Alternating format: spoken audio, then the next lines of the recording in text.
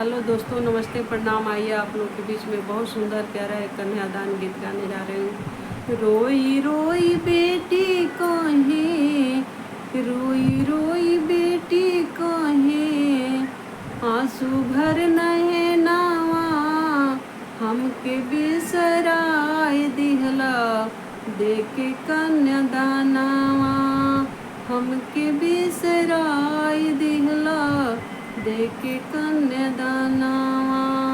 रोई रोई बेटी कहे, आंसू भर नैनवा, हमके बिसराय दिहला देके कन्यादानवा, हमके बिसराय दिहला देके कन्यादानवा।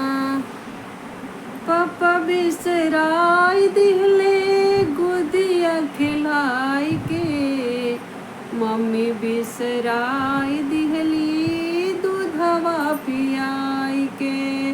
पापा बिसराय दिहले गुदिया खिलाई के, मम्मी बिसराय दिहली दूधवा पियाई के, मम्मी बिसराय दिहली दूधवा पियाई के।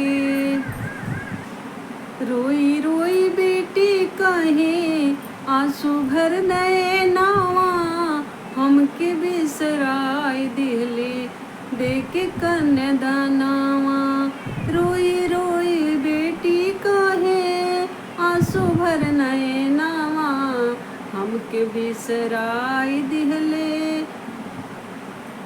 देके कन्यादानवा, हमके बिसराय दिहले देके कन्यादानवा। चाचा बिसराय दिहले गोदिया खिलाई के, चाची बिसराय दिहली डोलिया बैठाई के। चाचा बिसराय दिहले गोदिया खिलाई के, चाची बिसराय दिहली डोलिया बैठाई के।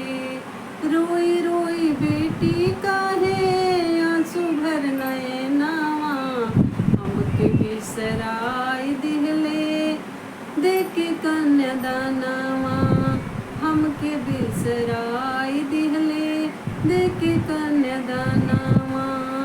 रोई रोई बेटी कहे, आंसू भर नैनवा, हमके बिसराय दिहले देके कन्यादानवा, हमके बिसराय दिहले देके कन्यादानवा।